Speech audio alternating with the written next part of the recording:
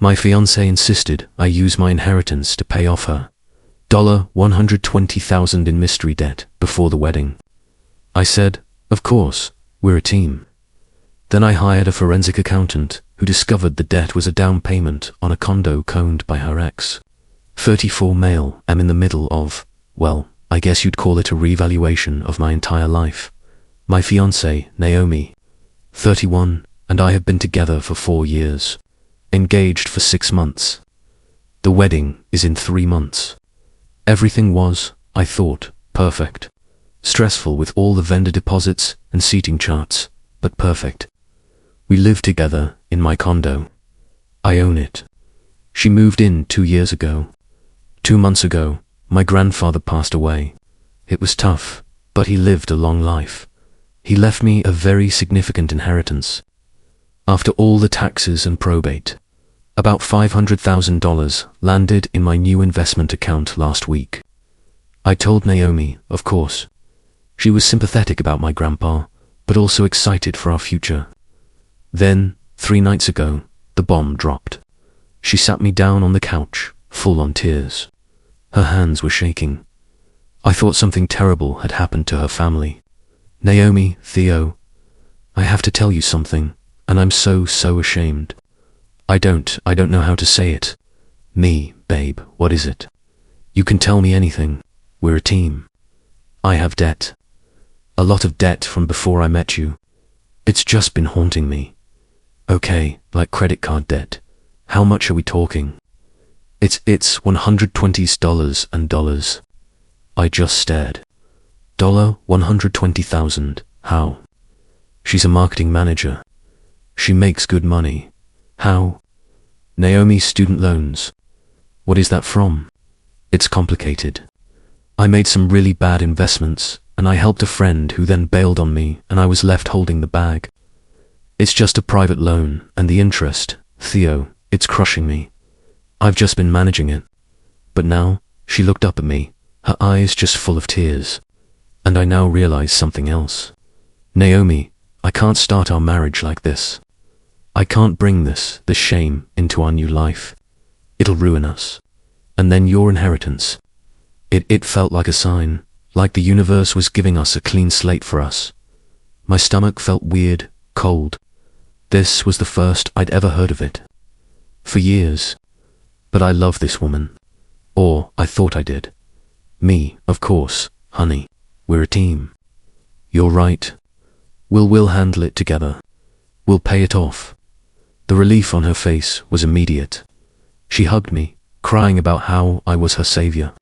But that cold feeling didn't go away. $120,000 private loan from a bad investment. It just didn't sound right. Yesterday morning, I told her my plan. Me, babe. I spoke to my financial advisor. He's managing the inheritance, and he said paying off a loan like that is smart. But he needs all the paperwork, you know, the loan agreement, the creditor's contact info, the payoff statement. Just standard procedure, so he can wily and make sure it's all closed out legally. She stalled, just for a second. But I saw it. Oh, right. Paperwork. It's not like a bank. It's a private lender. It's really embarrassing. Can't you just give me the money and I'll pay it? I don't want your advisor to see my mess. No. He's a professional. He handles this stuff. It's better this way. In fact, he's rolling my inheritance into a trust before we get married, just for long-term planning. And he said, as part of that, we need a full picture of all our combined liabilities. He actually recommended a forensic accountant just to do a quick audit and clean up our finances before we legally merge them. It's just smart planning, right? So, we start fresh, like you said. I smiled though. We're a team smile. Me, I'll just have the accountant reach out to you for the info. It'll be totally professional. He'll handle everything. She had to agree. She couldn't not agree without looking suspicious. Oh wow, a forensic accountant. That's thorough, okay, yeah, smart. She looked pale. Really pale. I hired the accountant an hour later. A man named Mr. Karras. He's a shark. a specialist in complex financial disputes. I didn't tell him I suspected anything. I just said I was getting married and wanted a full, independent audit of my fiancée's mystery debt before I paid it off with my inheritance. He called me this morning, Mr. Theo's last name. I have my initial report. I think you need to come down to my office. Now I feel sick. I'm driving to his office. I'm terrified of what he found. Update 1. It's been a week. I'm writing this from a hotel. I can't be in my condo right now. I can't breathe in there. I feel sick was an understatement. I think I was as in shock. Mr. Karras's office was all glass and cold steel. He didn't waste time. Karras, Theo's last name. You asked me to look into a $120,000 debt. I found it. He slid a file across the desk. It's a hard money loan taken out 7 months ago. Lender is a private equity group. The terms are aggressive. 12% interest with the full principal. The $120,000 due in a single balloon payment. Me, a balloon payment. When? In 4 months. I did the math. For months. Our wedding is in 3. The payment is due 1 month after we're legally married. My blood ran cold. What? What was the loan for? She said bad investments. That's the interesting part. The loan was wired from the lender directly into an escrow account. It was used as the 20% down payment on a $600,000 new-build condo in that new development by the waterfront. He slid over another document, a property title search. The property is titled to 2 individuals. Naomi, last name, an unmarried woman with 50% interest, and Javier, an unmarried man with 50% interest. Javier, her ex-boyfriend, the one she swore she hadn't spoken to in 5 years. The one she told me was toxic and a child. They own a $600,000 condo together. It appears Mr. Theo's last name that your fiancée's mystery debt is in fact her half of a down payment on a real estate investment she owns with another man. The loan for that down payment is coming due just after your wedding. She was, it seems, planning for your inheritance to pay it off. I didn't say anything. I just sat there. The world went fuzzy. She wasn't just cheating. This wasn't a moment of weakness. This was a con. A long, calculated 7-month con. She was building a nest egg with her ex, and I was the savior who was going to fund it. I paid Karras's fee. It was $8,500, worth every penny. I went home. She was there, making dinner. All smiles. Naomi. Hey babe, you're late. How was work? Did your accountant guy get what he needed? I didn't say anything. I just walked to the coffee table and dropped the file. The title search. The loan agreement. I just pointed at the second name. Me, who is Javier. The smile. It didn't just fade. It shattered. I watched the color drain from her face. She looked like a ghost. I can explain. It's not. It's not what it looks like. Please, try. Explain how you accidentally own a $600,000 condo with your ex-boyfriend. Explain how your mystery debt is actually a hard money loan you were planning to con me into paying with my dead grandfather's money after I'd married you. She just stared at the papers. She was caught completely. And then the tears came, but this time they weren't the ashamed tears. They were angry tears. The mask was off. It's an investment.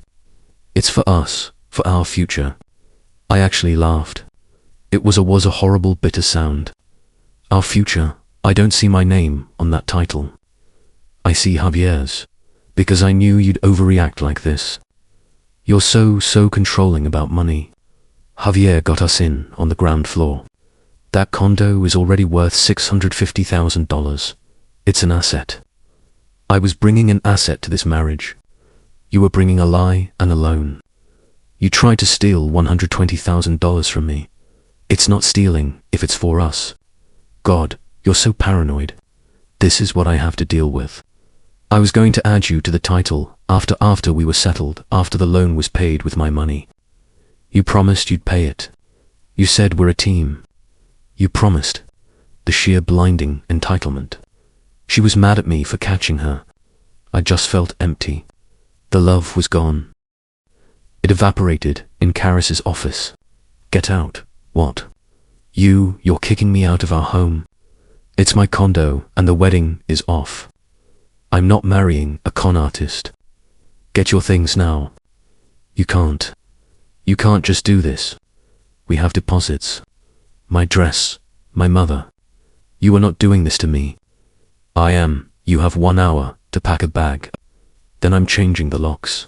Get out. She started screaming, throwing things, saying I was the liar. That I was the one ruining everything. She left. She called her mother, I could hear Betrayal shrieking through the phone. I packed a bag and went to a hotel. This morning, I got a text from Javier and 3 missed calls from Beat at Rice. This is not over. Final update. It's been 3 weeks. Not over was the understatement of the century. The escalation was impressive. First Beatrice, she didn't just call. She showed up at my condo. I'd gone back to get the mail and check the new locks. She banged on the door until I answered. Beatrice, Theodore, you have ruined my daughter. You have embarrassed our entire family. You canned a 300-person wedding over email. I'd sent a mass email to the vendor list and guest list. Wedding cancelled. Fiancée found to be in a long-term financial and personal partnership with her ex-boyfriend. All deposits are forfeited. Betrayal, Naomi lied to me. She conspired with her ex to steal $120,000 from my inheritance, waving her hand as if swatting a fly. It was an investment, a nest egg. My daughter is smart. She was bringing an asset to the marriage, and you're punishing her for it. You promised you would pay that loan. You owe her that money now as compensation for this humiliation. I owe her for lying. I'm not paying for her condo with her ex. Goodbye, Beatrice. I closed the door on her sputtering. Then the man himself, Javier, he had the nerve to send me a long, rambling DM. Have a man. Look, Naomi is a total mess. You really did a number on her. You know she was counting on that money. You shouldn't have promised her you'd pay it if you were just going to back out. It's not cool. You've really put her in a bad spot. Me. You mean the money you two needed to pay off the balloon payment on the condo you two owned together. Get lost. It was just a business deal, man. Don't be a psycho. Be a man. Get her and give her the one to okay you promised. I blocked him. But that wasn't the dirty trick. Oh no. The real trick came 2 days later. A letter from a law firm. Naomi had hired a lawyer. They were threatening to sue me for breach of promise and fraudulent inducement. The claim that I verbally promised to pay the $120,000 loan as a condition of the marriage. That this was a verbal contract. By backing out of the payment and the wedding, I had caused her catastrophic financial damages and extreme emotional distress. They were demanding $150,000. The $120,000 for the loan she still couldn't pay, and $30,000 for the non-refundable wedding deposits. Which, by the way, I paid for. I'll admit for a second I was terrified. I'm just a normal guy. I'm a project manager. I see lawsuit. I panic. This is not my world. This is what they do. I called my own lawyer, Miss Alvarez, a complete shark, specializes in family law and financial fraud. I sat in her office, my hands shaking, showing her the letter. She read it and she smiled. A cold, terrifying smile. This is spectacular. Breach of promise to marry isn't a viable suit in this state. Not for this. And fraudulent inducement. They're accusing you of fraud. Oh, this is a gift, Theo. A gift. They're suing me. They've opened the door. They've put in a formal legal document that she is in default of a $120,000 loan, that she believes you are responsible for it. They've admitted her entire financial position is tied to this condo and you are the aggrieved party. We're not going to defend. We're going to attack this. This was my 500k inheritance at work. I wasn't just a common man anymore. I was a common man who could afford Miss Alvarez. My response, the methodical revenge. Miss Alvarez drafted a response that I will probably frame. It went to Naomi's lawyer. Rejection. We reject all claims as frivolous and malicious.